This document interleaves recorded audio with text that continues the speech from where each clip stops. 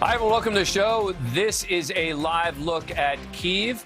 And the big question now is, what could it take for Ukraine to be able to survive this attack? Is there any way they come out of this with their government intact? But first, as you watch this network tonight or other news networks, you're seeing coverage in real time of a totally unprovoked attack by Vladimir Putin in Russia on its smaller neighbor, Ukraine.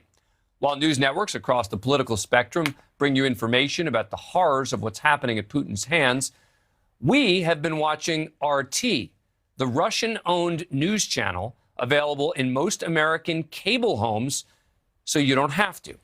It used to be called Russia Today, and what they are producing and airing is astonishing. The reality, of course, is that hundreds are dying already as Putin tries to take over Ukraine to fulfill some sort of historical vendetta. No domestic news network, even the most extreme, are suggesting that this attack was somehow justifiable or justified. But if you watch RT, you enter into an alternate universe where you would think this is an effort by Putin to rescue the Ukrainian people in Donbass who have been subjected to attacks, torture, and killings by the government there.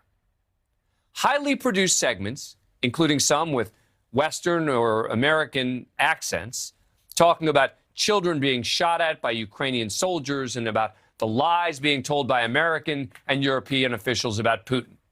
There's even a phony crossfire-like talk show hosted by an American named Peter Lavelle that pretends to debate the invasion as if it's a two-sided question.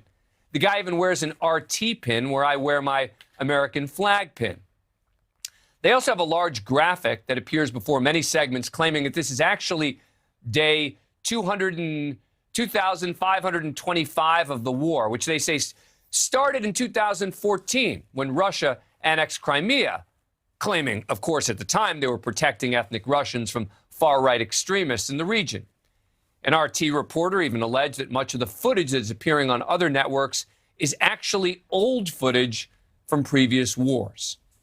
They have graphics on the screen which say things like disarming Ukraine.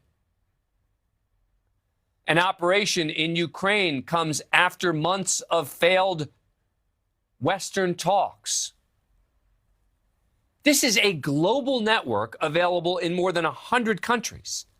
And if you're watching this show, it is probably being streamed into your home. Here are just some moments from today alone. What Putin is doing, he had every right to do. At the end of the day, he was defending those two nations that he just made independent from ongoing years of war that the Ukraine has been inflicting. Welcome to Crosstalk, where all things are considered. I'm Peter Lavelle. Moscow repeatedly warned it would not tolerate Ukraine being used by NATO to threaten Russia's national security. Russia has made clear it has no intent to invade Ukraine. However, at this point, they are engaging in an operation to protect the people of Donetsk and Lugansk and make sure they do not continue to face the shelling and bombardment they have been enduring for the past 8 years. The president of the European Commission, Ursula von der Leyen, has said that Putin chose to bring war back to Europe. Now, this is factually incorrect. You need to remember, of course, that the war has been ongoing since 2014. So that's 8 years. And the Western media and Western diplomats are at fault for not pointing that out. This is, truly cuckoo stuff. Joining us now is Liz Wahl, a former anchor at RT. Thank you very much for taking the time to come on the show. Appreciate it. Before I start asking you questions about RT, tell me why you left. Yeah, this was back in 2014 during Russia's initial invasion of Ukraine. And prior to that, it positioned itself as an alternative international news channel covering stories that the mainstream media ignores. And by and large, it did do that. However, when Russia initially invaded Ukraine in 2014, I saw it firsthand take a very dark turn. That is when, for the first time, the news director a Russian news director would look over my scripts, make sure that I framed questions a certain way. For example, taking out the word invasion, framing it as if it was a peacekeeping mission by Russia, framing framing Ukraine as neo-Nazis. And so basically, we're seeing the same thing happening today in this full-scale invasion of Ukraine. The same tactics are being employed, except for me, it's watching like 2014 on steroids. So this was back in 2014. I resigned on the air. It became very public. It became this viral news story. It had millions of views the next day. It blew up. And my goal at the time was to warn the world or whoever would listen about the dangers of Russian propaganda and the way it was using even Western voices. And it's been remarkable to see the proliferation of Russian disinformation now spreading to Fox News and other alt-right commentators, essentially mimicking what you are seeing on, those clips that you played on RT.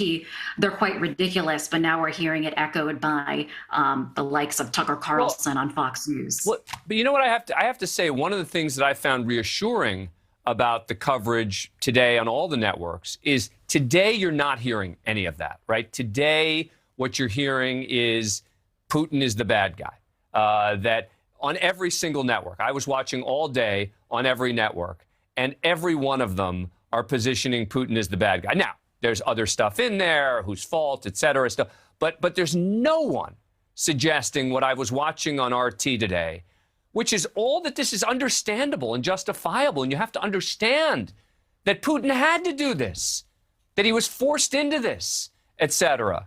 And it is, it is truly shocking to listen to. Let me play another piece of sound. This is number 2. This is a reporter in studio today talking about the, quote, military operation. Russia's defense ministry has made it clear that the military operation is aimed at protecting the Donbas republics following their recognition by Moscow. That is according to the ministry. It says that civilian areas in Ukraine will not be targeted, nor will soldiers who lay down their arms. Now, the ministry stresses that there is no danger to the Ukrainian population. Now, who are these, and I apologize for using this language, but these stooges who are willing to go on television, many of them Americans, not that guy, and sort of restate not just, we've used the word propaganda a lot here, but truly restate Putin's completely fictitious explanations for what he is doing. How do they find these people to do it?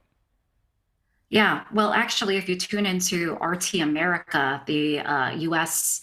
affiliation of RT, you'll see a lot of former, one is by the name of Scotty Hughes, a former pundit on CNN. So because of this drifting, the way that Russian propaganda kind of lures people from the American fringes, which we've seen has now become mainstream, you'll see that people from, former Trump supporters, you now find on RT, the narratives have essentially become indistinguishable.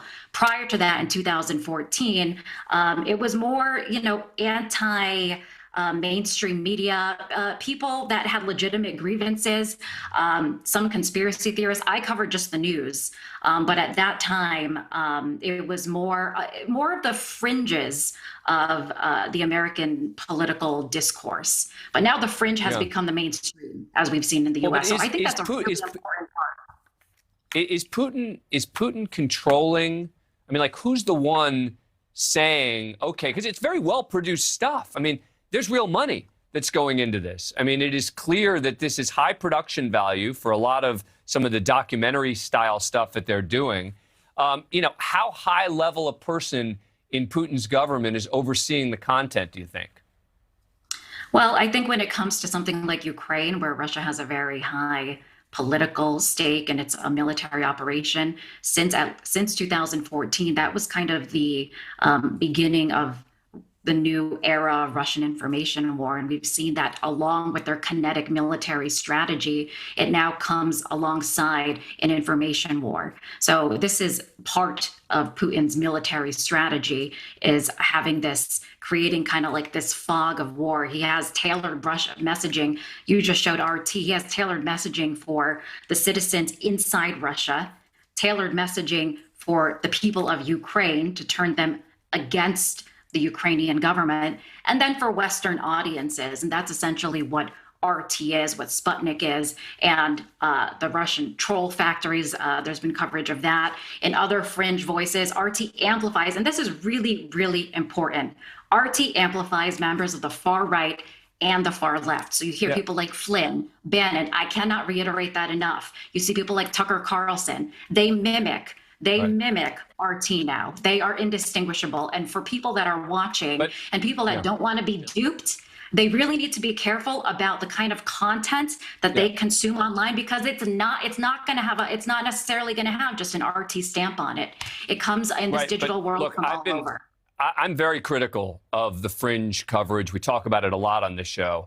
But again, I'm telling you, what I watched today is distinguishable from what you're seeing on any network. Now, I understand your point. Yeah, I'm just saying, like, if you look at well Mike Flynn, what Mike Flynn's tweeted, what Tucker Carlson has been saying, no, it's not the same. And look, I'm not going to become an apologist for Tucker Carlson or Mike Flynn. I've been very critical of both of them. But I'm telling you that what I saw today is not what Tucker Carlson says. I'm telling you, what I saw in a Russian studio is the same propaganda being amplified by Tucker Carlson. And this is studied in journalism classes today. I'm not going to defend Tucker Carlson. I'm just telling you. That's fair enough. I'm not going to be put in the position of defending Tucker Carlson, but I'm going to tell you it's a fact that what was on RT today is nothing like what's on Fox News, period. That's not a defense of Tucker Carlson. That's a fact about what I saw. Follow me on Twitter at Liz Wahl, and I will tweet what Tucker Carlson has been saying, and I will juxtapose it, be able to show you how widespread this propaganda is. I'm sure you can find things on RT. My point is that the more important, you don't seem to have an understanding of the disinformation. Liz, okay. Look, you want to have a debate with me about this, and that's not why we had you on. Because I'm not looking to debate it, because I don't think I disagree. And you're not. I don't understand this. I got it, but maybe you're not hearing. I'm going to be really, really clear, because I'm afraid maybe you're not hearing me. I am not suggesting that there is not real problems. I talk on the show all the time about problems with what Tucker Carlson says for the very reasons that you're stating. What I am saying is that RT is a different level in terms of what is going on today during the war. And that it makes it more dangerous. I get it. I know. You want to talk about Tucker again. I got it. I interviewed Ron Paul. Liz, thank you. I appreciate you coming on. Thank you. Thank you for watching. Click the red subscribe button below so you can get more of NewsNation's fact-driven, unbiased coverage.